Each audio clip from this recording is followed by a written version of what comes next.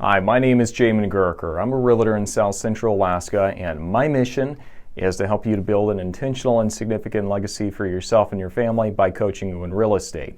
Now today what we're going to be doing is talking about my favorite document when it comes to selling property in Alaska. So this is a secret weapon that most sellers do not even appreciate that they have, and it really is designed to essentially be your get out of jail free card. And it's something that most sellers just kind of don't appreciate the full spectrum of things that it's designed to really do and to be used as a protection for them. And of course, I'm talking about the Alaska Transfer Disclosure Statement, better known just as the property disclosure. So I know you're probably rolling your eyes right now, but let me explain to you why this is such a great thing for you if you're a seller, and why it is that this is something that we really emphasize for all the listings that I do decide to work with.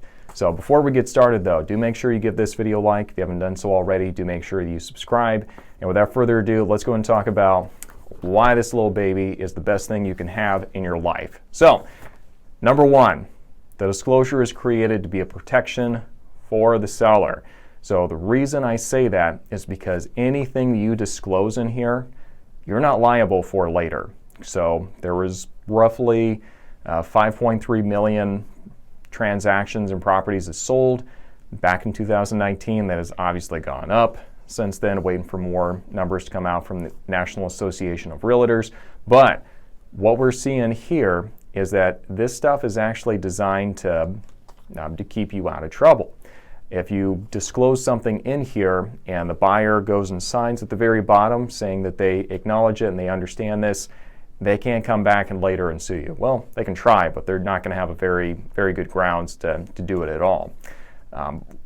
There are definitely some important things we need to keep in mind on this disclosure though. So, first one being front page. Make sure your realtor has got the proper legal address and the proper recording district and everything else, and the proper judicial district as well, all that properly filled out. Because if this comes before a court of law and they see that stuff's not filled out correctly, probably have already lost, just because everything has to be done just a certain way, and they don't have a whole lot of wiggle room for that. So make sure that part is filled out correctly and verify that with your realtor. Secondly, you're obviously going to have a lot of stuff you can fill out here, and you have the opportunity to where if you do see something specifically that you need to emphasize, just say, hey, this was done, and I'm going to go ahead and just talk about this. Chances are most of this stuff isn't going to be huge or catastrophic, but what you can do is you don't have to just say, yes, there was leaking in the roof, right? Like that sounds awful, and it sounds like something you should be really concerned about. What you can do though is actually come over here on the very last page, which is an addendum. Go ahead and just put in there what page number this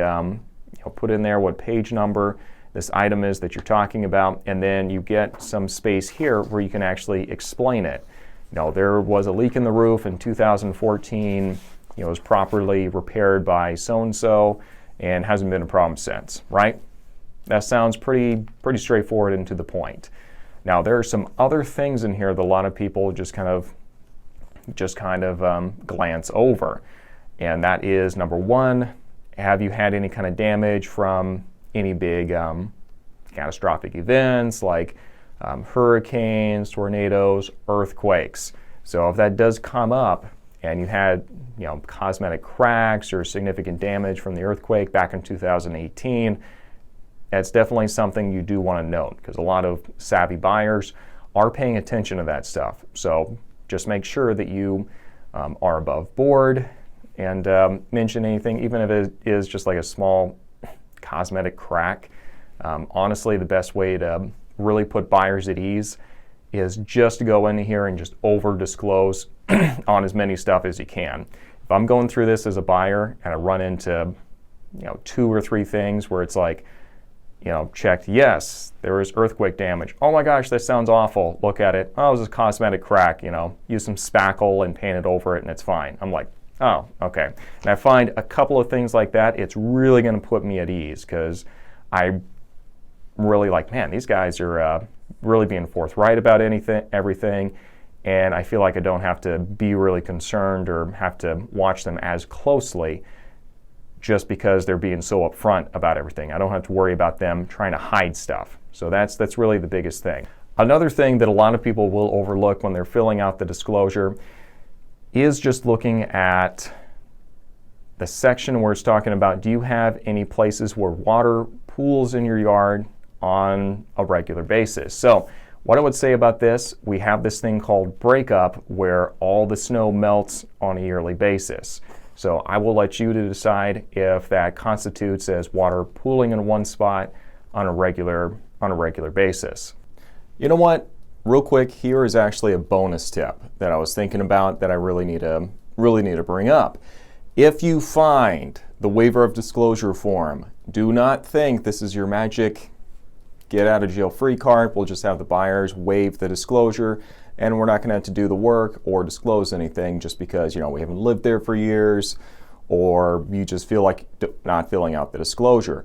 Do not fall for that trap. I've seen so many people try to take an easy way out and they think that's what this is, but the waiver of disclosure form is really designed for investors who are out of state, really never seen the property at all, and they just bought it as a part of their portfolio, or it's designed for banks that foreclosed on the property.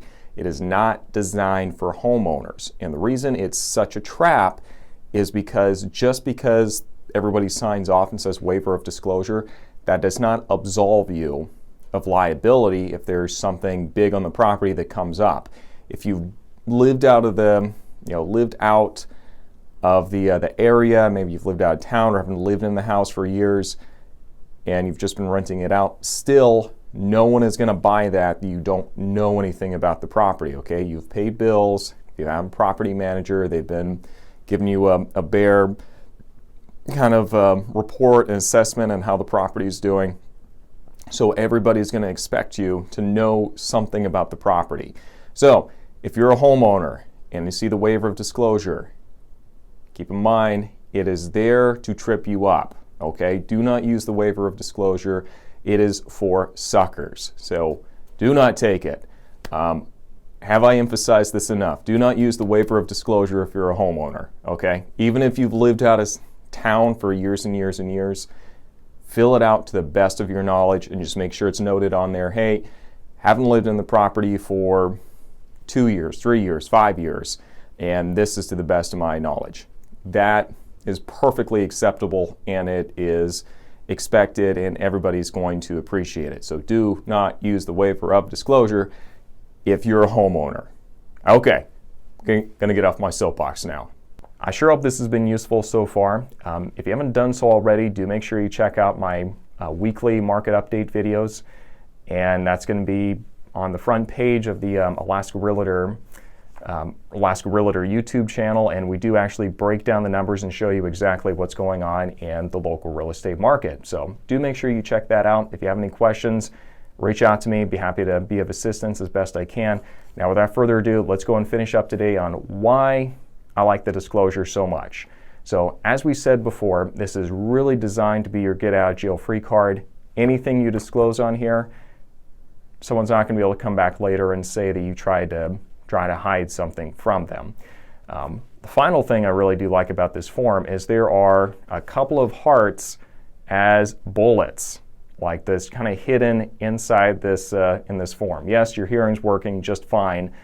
There are a couple of hearts, like as bullet points, that are in this form also. So if you needed any other reason to want to jump in and use this document, then there you go. So I sure hope this has made sense today, and I sure hope that you've kind of walked away with more of appreciation for the disclosure. There's this one, and then there's also the lead-based paint disclosure for properties built prior to 1978. So it's a lot of good stuff here, and there's a lot of ways we can do this to make sure that you protect yourself moving forward. because almost always when there's some kind of a lawsuit, it's going to come back to disclosures in one way or the other. So let's make sure that your experience of selling your property is a positive one and not one that's full of fear and kind of looking over your shoulder for years into the future, because that's not a fun feeling. So make sure that you do ask me if you have any questions and how to proceed and keep yourself protected as best as possible as you're getting your home onto the market. You can reach out to me directly through my Facebook page. Link for that is going to be in the description section down below, and that's going to be the best way to get a hold of me. If you haven't done so already, again, please make sure that you go ahead and make sure you give this video a like, make sure you subscribe so more people can find this content that's going to be useful for them. And without further ado, thank you for watching, and we'll talk to you later.